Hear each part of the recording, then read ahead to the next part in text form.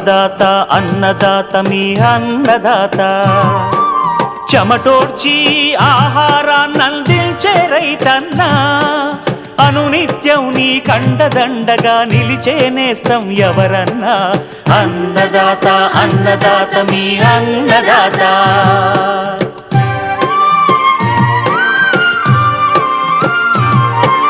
నూతన రీతుల సాగుబడికి నూరింతలు పెరిగే దిగుబడికి సూచనలిచ్చే సస్య రక్షణకు పశు పోషణకి శాస్త్ర విజ్ఞానం అందించి ముందుకు నడిపే తెలుగు రైతు భారతదేశానికి మకుటం అయ్యేలా తీర్చిదిద్దే ఆశయంతో మిమ్ము మేలు కొలిపేది అన్నదాత అన్నదాత అన్నదాత మీ అన్నదాత అన్నదాత అన్నదాత మీ అన్నదాత. అన్నదాత ప్రేక్షకులకు నమస్కారం. ఈనాటి ముఖ్యాంశాలు: ఖరీఫ్ మొక్కజొన్న సాగులో మెలకువలు,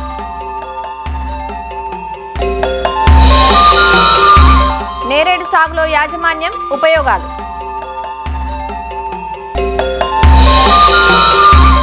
గొర్రెలను ఆశించే చిటుకు వ్యాధి నివారణ చర్యలు.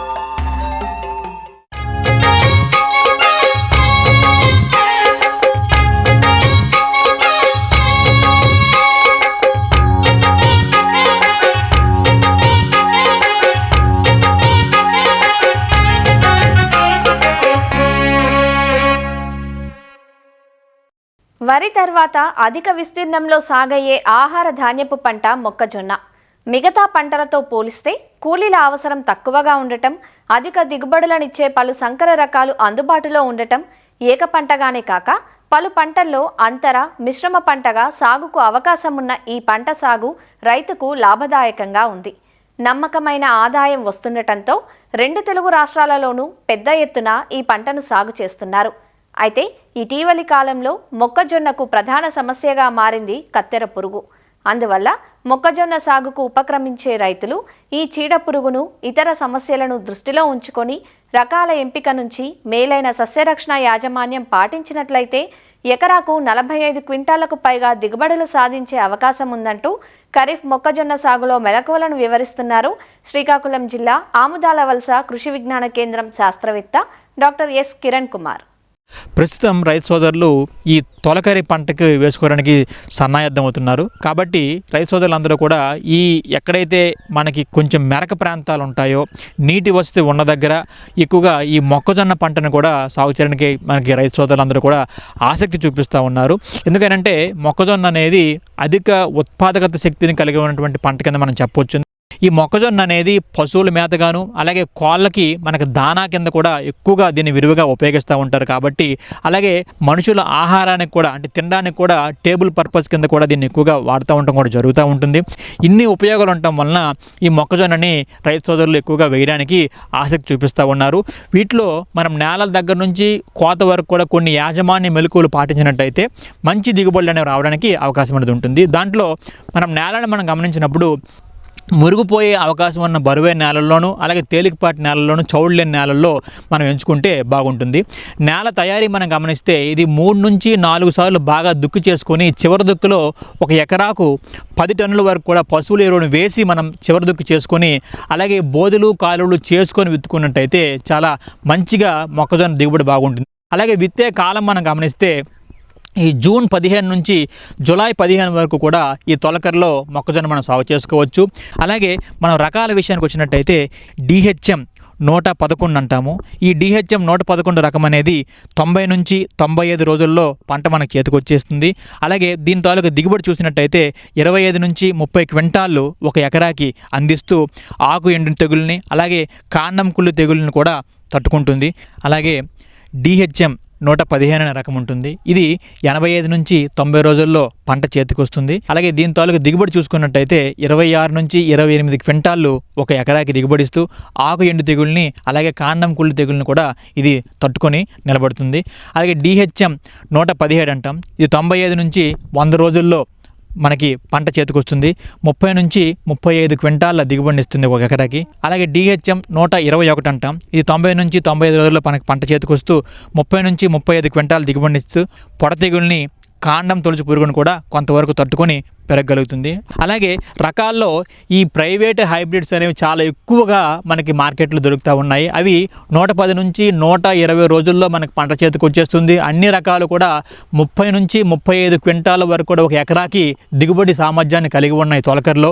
ఈ విత్తనం మోతాదు మనం గమనిస్తే ఎకరాకు 8 కిలోల విత్తనం అనేది మనకు సరిపోతుంది. ఈ విత్తన శుద్ధి కూడా ప్రధానంగా ఈ థైరామ్ కానీ, క్యాప్టాన్ కానీ ఏదో ఒక పొడి మందుని 3 గ్రాములు ఒక కేజీ విత్తనానికి పట్టించి మనం విత్తుకోవచ్చు. ఈ మధ్య కాలంలో కత్తెర పురుగు తాలూకు ఉధృతి పెరుగుతుంది కాబట్టి దానికి గాను సయాంట్రినిలిప్రోల్ అలాగే థయామెథాక్సోమ్ అనే ఈ 2 మందుల మిశ్రమం దొరుకుతుంది మనకి.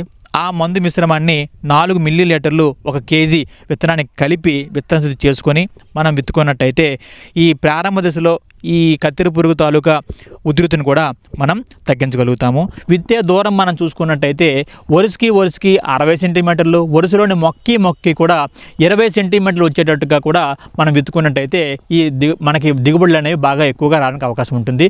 వీటితో పాటుగా ఎరువుల యాజమాన్యం మనం గమనిస్తే 80 కేజీల నత్రజని, 25 కిలోల భాస్వరం, 20 కిలోల పొటాషియం ఎరువులను మనం ఒక ఎకరాకి అందించాలి. అది ఎరువులు వేసే విధానంలో కూడా రైతు సోదరులు చివరి దుక్కులోనే మొత్తము భాస్వరాన్ని అలాగే పొటాషిని వేసుకుంటూ దాంట్లో 1/3 వంతు భాగం నత్రజనిని చివరి దుక్కులో వేసుకొని మిగిలినటువంటి నత్రజనిని 2 దఫాలుగా విభజించి ఒకటి విత్తిన 30 రోజుల తర్వాత అలాగే 55 రోజుల తర్వాత వేసుకున్నట్టయితే ఈ నత్రజని యాజమాన్యాన్ని సక్రమంగా చేసిన వాళ్ళం అవుతాము. వీటితో పాటుగా ఈ మధ్యన మనకి ఈ జింక్ లోపాన్ని కూడా ఎక్కువగా మనం గమనించడం జరిగింది.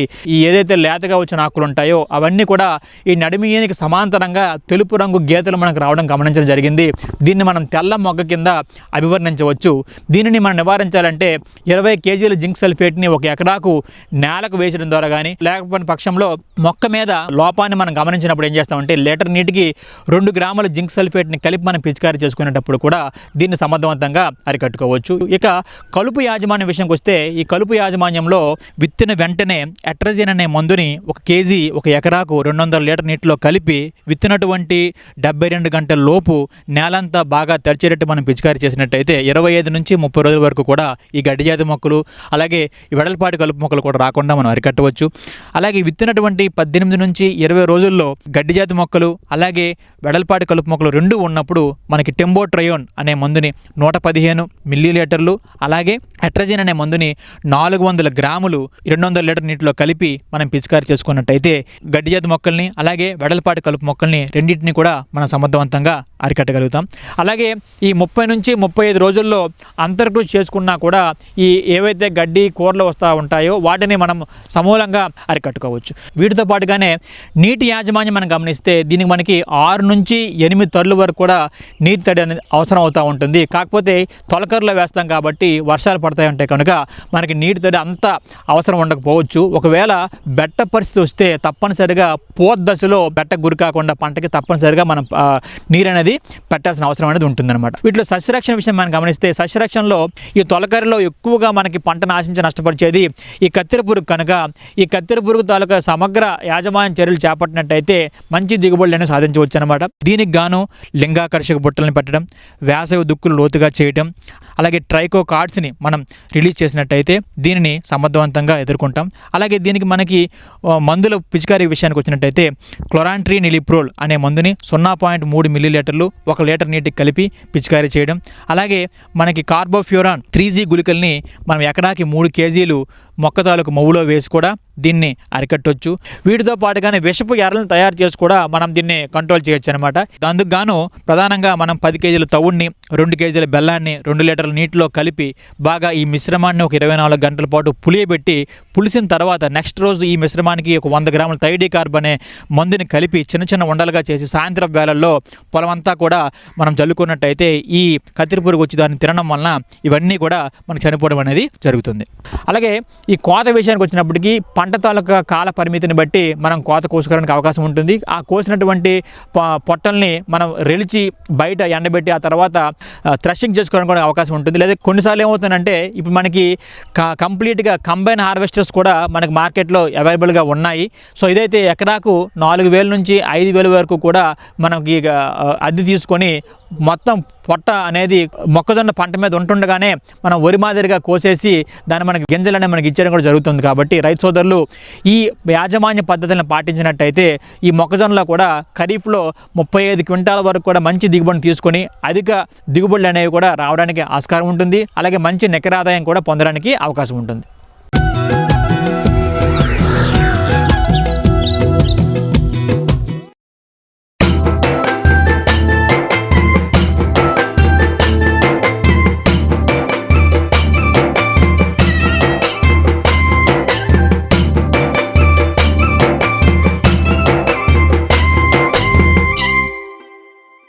తొలకరి పలకరించింది.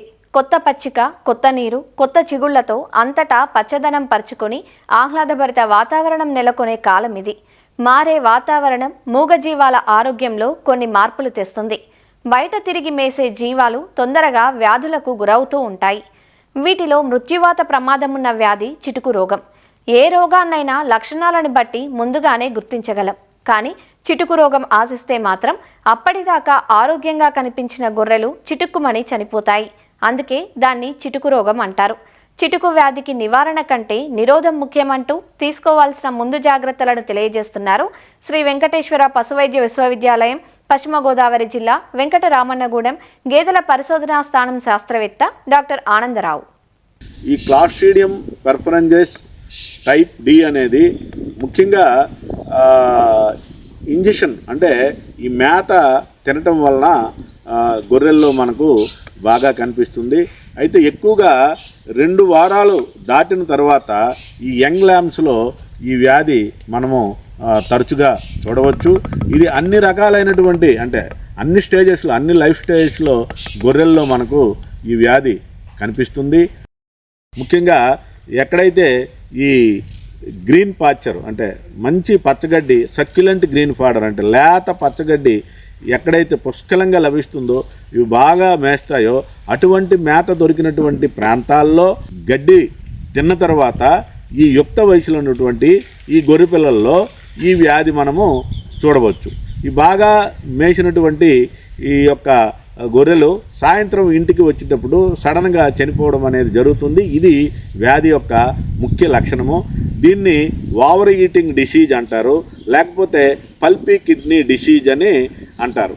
అయితే ఈ వ్యాధి ముఖ్యంగా గ్రెయిన్స్ అంటే ఈ యొక్క గింజ జాతి పదార్థాలు ఎక్కువగా తిన్నా సరే ఈ వ్యాధిని మనము చూడవచ్చు. ఎప్పుడైతే ఆ యొక్క చిన్న ఇంటెస్టైన్స్ అంటే చిన్న ప్రేగుల్లో ఈ యొక్క ఫీడు ఎక్కువగా ఉందో బయట నుంచి శరీరంలోకి వెళ్ళినటువంటి ఈ ఎంట్రోటాక్సిమియా బ్యాక్టీరియా, అదేవిధంగా కొన్ని సందర్భాల్లో రూమెన్ మైక్రోఫ్లోరాలా కూడా ఈ యొక్క బ్యాక్టీరియా ఉంటుంది. కాబట్టి దీనివలన ఎక్కువగా టాక్సిన్స్, ఎప్సిలాన్ టాక్సిన్ అనేది ప్రొడ్యూస్ అయ్యి అది ఇంటెస్టైన్స్లో అబ్జార్బ్ అయ్యి డైరెక్ట్గా బ్రెయిన్కి మీద దీని యొక్క ఎఫెక్ట్ కనిపిస్తుంది. కాబట్టి నర్వస్ సిస్టము ఇన్వాల్వ్ అవుతుంది. కాబట్టి మెడ వంపు తిరగడము కనిపించవచ్చు. అదేవిధంగా సరిగ్గా తూలి నడటం అంటే మందు తాగిన వాడు నడిస్తే ఏ రకంగా నడుస్తాడో అదేవిధంగా నడ్డం అనేది కనిపించవచ్చు. అదేవిధంగా డైజెస్టివ్ సిస్టమ్ కూడా ఇబ్బంది వచ్చి మనకు అక్కడక్కడ ఈ విరోచనాలు అనేది మనకు కనిపించవచ్చు. సడన్గా ఎగిరి కింద పడిపోయి చనిపోవడం అనేది జరగవచ్చు. ఈ వ్యాధి తీవ్రత కాకుండా సెకండరీ బ్యాక్టీరియల్ ఇన్ఫెక్షన్స్ అంటే ఇది బ్యాక్టీరియల్ డిసీజ్ కాబట్టి దీనికి వెంటనే యాంటీబయాటిక్ అనేది మనము ఇచ్చుకున్నట్లయితే ఈ వ్యాధి తీవ్రతను మనము తగ్గించుకోవచ్చు. అదేవిధంగా ఈ యొక్క వ్యాధి బారిన పడినటువంటి ఈ యొక్క గొర్రెలను మంద నుండి సెపరేట్ చేసి వీటికి ట్రీట్మెంట్ ఇచ్చి తగ్గిన తర్వాత మళ్ళీ మందలో కలుపుకోవాలి. ముఖ్యంగా ఈ వ్యాధి వర్షాలు పడిన తర్వాత మనకు కనిపిస్తుంది కాబట్టి వర్షాకాలానికి ముందు అంటే మే నెలలో ఈ యొక్క ఎంట్రోటాక్సిమియా ఈటీ వ్యాక్సిన్ అనేది మనకి ప్రభుత్వం సరఫరా చేస్తుంది. కాబట్టి ఈ గొర్రెల కాపరిదారులు అందరూ కూడా వాళ్ళ యొక్క సంఘాల ద్వారా ఈ యొక్క టీకాలను వేసుకొని తమ యొక్క గొర్రెలకు వ్యాధి నిరోధక శక్తి పెంచుకొని గొర్రెలను కాపాడుకుంటారని చెప్తున్నాను. అదేవిధంగా అల్ట్రా వ్యాక్ అనేటటువంటి వ్యాక్సిన్ కూడా వచ్చింది. దీనిలో 5 రకాలైనటువంటి వ్యాధులు, ముఖ్యంగా ఎంట్రోటాక్సిమియా కానీ, బ్లాక్ లెగ్ కానీ, ఇలాగా ఒక 5 రకాలైనటువంటి వ్యాధులతో కూడినటువంటి టీకా కూడా రావడం జరిగింది. ఆ టీకా వేసుకున్నా సరే మనకి గొర్రెలకు వచ్చేటటువంటి వ్యాధుల్ని మనము కాపాడుకోవచ్చును. ఈ యొక్క సీజన్లో మనము ఈ యొక్క గొర్రెలకు ఎంట్రోటాక్సిమియా వ్యాక్సిన్ వేసుకున్నట్లయితే మనము గొర్రెలను ఈ వ్యాధి నుంచి కాపాడుకోవచ్చు.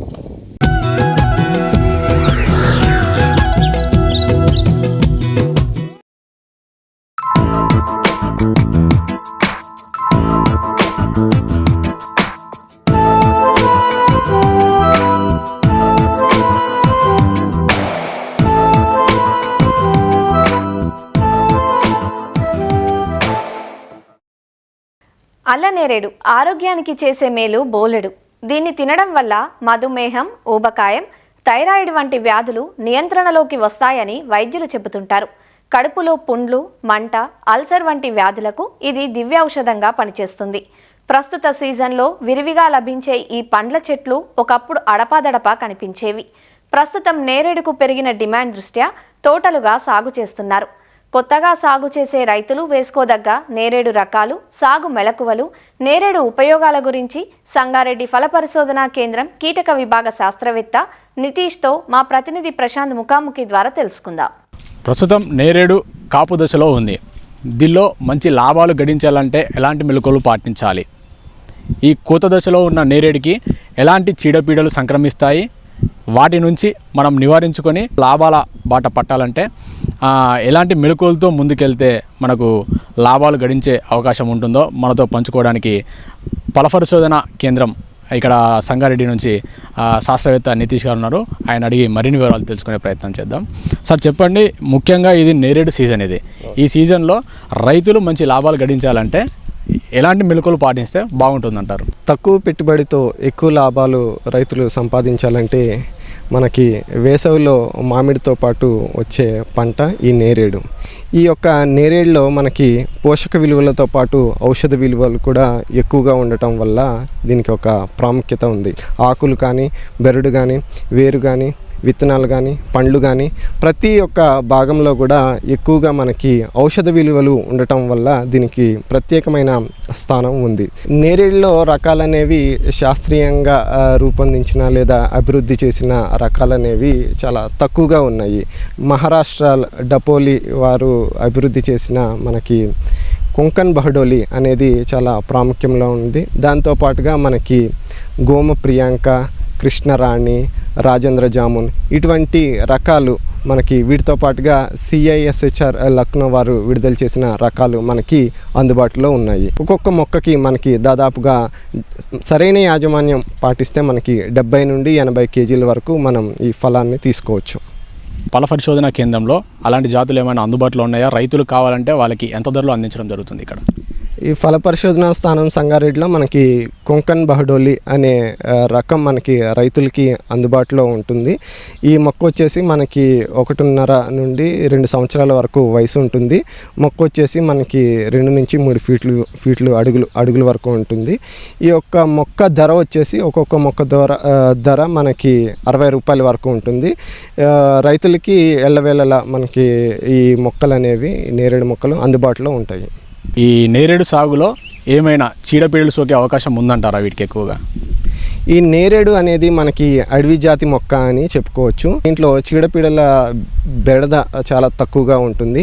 శాకీయ దశలో మనకి గొంగళి పురుగులు, కొన్ని రకాలైన గొంగళి పురుగులు లేత ఆకుల్ని తినడం మనం గమనించవచ్చు. కాయలు ఏర్పడినప్పుడు పండు ఈగ సమస్య కూడా ఉంటుందన్నమాట.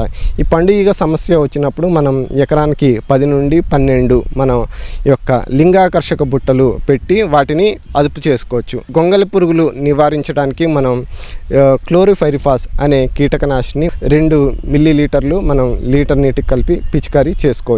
నేరేడులో ముఖ్యంగా మనకి పూత దశ నుంచి కోత దశ వరకు వచ్చే వరకు రైతులు ఎలాంటి మెలకువలు పాటిస్తే ఎక్కువ గిట్టుబాటు ధర పొంది పెట్టుబడి ఎక్కువ మన ధర వచ్చేలాగా చేసుకునే అవకాశం ఉంటుంది? ఈ నేరేడు అనేది మనం ఎటువంటి వాతావరణంలో అయినా మనం దీన్ని సాగు చేయొచ్చు. ముఖ్యంగా మనకి ఉష్ణోగ్రతలు 35 నుండి 40 డిగ్రీల వరకు ఉన్న ఉష్ణోగ్రతలు దీన్ని సాగు చేయొచ్చు. మనం సంవత్సరానికి 800 నుండి 1000 మిల్లీమీటర్ల వర్షపాతం నమోదయ్యే ప్రాంతాల్లో కూడా దీన్ని మనం సాగు చేయొచ్చు. ఈ నేరేడు అడవి జాతి మొక్క కాబట్టి మనకి ఎటువంటి నేలల్లో అయినా దీన్ని సాగు చేసుకోవచ్చు అనమాట. ఎరువుల విషయానికి వస్తే మనం 5 సంవత్సరాలు పైబడిన మొక్కకి మనం 25 నుండి 30 కేజీల మనం పశువుల ఎరువు ప్రతి సంవత్సరం మనం వేసుకోవాలి. దాంతోపాటుగా మనం urea 1 KG, single super phosphate కేజీన్నర, అలాగే మ్యూరేట్ ఆఫ్ పొటాష్ కేజీన్నర ప్రతి మొక్కకి మనం జూన్ జూలైలో ఒకసారి, అలాగే సెప్టెంబర్ అక్టోబర్లో ఒకసారి, అలా సంవత్సరానికి 2 సార్లు మనం ఎరువులు క్రమం తప్పకుండా అందించాలి. దీంతో పాటుగా 2 నుండి 3 కేజీలు వేపపిండి కానీ గానుగ పిండి కానీ మనం చెట్లకి అందించినట్టయితే సరైన పోషకాలు ఈ చెట్లకి అందుతాయి. నీటి యాజమాన్యం గురించి మనం చూసుకున్నట్లే దీనికి చాలా తక్కువ నీరు అవసరం అన్నమాట. అంటే మొక్కలు ఎప్పుడైతే చిన్న దశలో ఉన్నాయో మనం వారానికి 2 నుండి 3 సార్లు నీరు ఇస్తే సరిపోతుంది. నీరు డ్రిప్ ద్వారా ఇచ్చినట్లయితే మనకి సరైన నీటిని ఉపయోగించుకున్నట్లు అవుతుంది. ఈ సాధారణంగా ఈ నేరేడుని మనం వర్షాధార పంటగా మనం సాగు చేసుకోవచ్చు కాబట్టి నీరు అనేది పెద్ద సమస్య కాదు. అయితే ఈ చెట్లు పిండి దశలో ఉన్నప్పుడు మనం 15 నుండి 20 రోజులకు ఒకసారి క్రమం తప్పకుండా నీరు అందించినట్లయితే పిండి రాలకుండా ఉంటుందన్నమాట. ఇప్పుడు మనకి కొత్తగా ఒకవేళ మేము నేరేడు సాగు చేసుకుంటాం అనేవారికి రైతులకు మీరు ఎలాంటి సలహాలు సూచనలు ఇస్తారు సార్?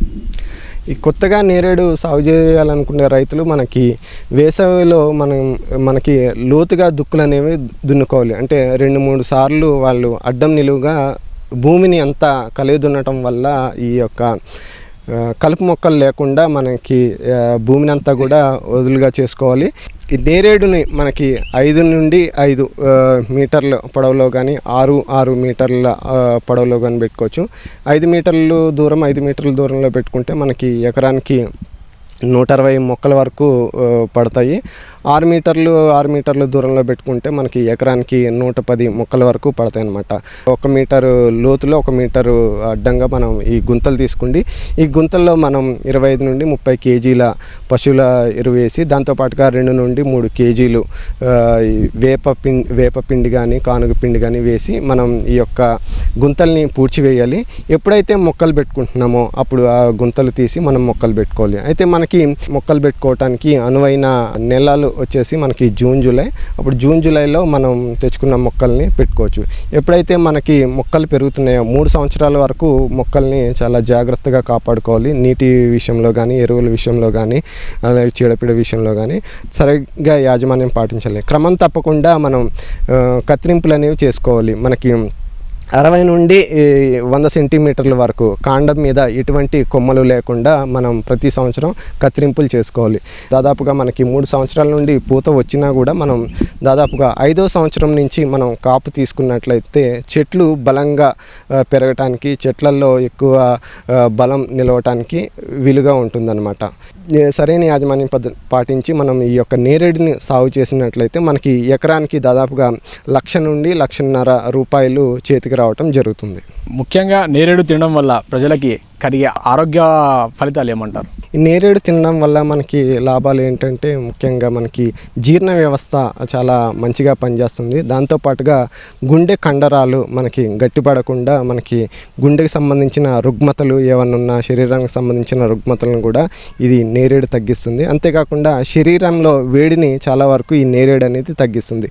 ముఖ్యంగా ఈ నేరేడు తినడం వల్ల ఏంటంటే మనకి రక్తంలో ఉన్న ఈ చక్కెర స్థాయిలను చాలా వరకు తగ్గిస్తుంది అనమాట. అంటే మనకి మధుమేహాన్ని ఇది అదుపులో ఉంచుతుంది. అంతేకాకుండా కాలేయం సంబంధించిన వ్యాధులు ఏమన్నా ఉంటే ఈ నేరేడు మనకి నయం చేస్తుంది. అంతేకాకుండా మనకి నాడీ వ్యవస్థ చురుకుగా పనిచేయటానికి మన బ్రెయిన్ ఏదైతే ఉందో మనకి చురుగ్గా పనిచేయడానికి ఈ నేరేడు చాలా వరకు ఉపయోగపడుతుంది. మార్కెట్లో ప్రస్తుతం గరిష్టంగా 200 రూపాయలు కేజీకి పలుకుతున్న నేరేడు పంట సాగుతో రైతులు అనేక లాభాలు పొందవచ్చని ఇక్కడ మనకు శాస్త్రవేత్త చెబుతున్నారు. అలాగే అడవి జాతికి చెందిన మొక్క కావడం వల్ల ఎక్కువ ఎరువుల వినియోగం లేకుండానే చీడపీడల నివారణ తక్కువగా ఉంటుందని, దాంతోపాటు రైతు ఒకసారి పెట్టుకుంటే సుమారు 100 సంవత్సరాల వరకు కాపు వస్తుందని, దాని ద్వారా రైతు లాభాల బాట పట్టే అవకాశం నేరేడు సాగుతో ఉంటుందని చెప్పేసి మనకు శాస్త్రవేత్త నితీష్ గారు చెప్పడం జరుగుతుంది. కెమెరామెన్ ఉమామేశ్వరరావుతో ప్రశాంత్, ఈటీవీ న్యూస్, సంగారెడ్డి. మరిన్ని విభిన్న అంశాలతో రేపటి అన్నదాతలో మళ్ళీ కలుసుకుందాం. నమస్కారం. అన్నదాతలు తమ సందేహాలు, సమస్యలను 1800-425-4085 టోల్ ఫ్రీ నెంబర్లో ఉదయం 10 గంటల నుంచి 11 గంటల మధ్య పని దినాలలో సంప్రదించగలరు. ఈ కార్యక్రమాన్ని యూట్యూబ్లో www.youtube.com/annadaata ETV లింక్ ద్వారా వీక్షించవచ్చు.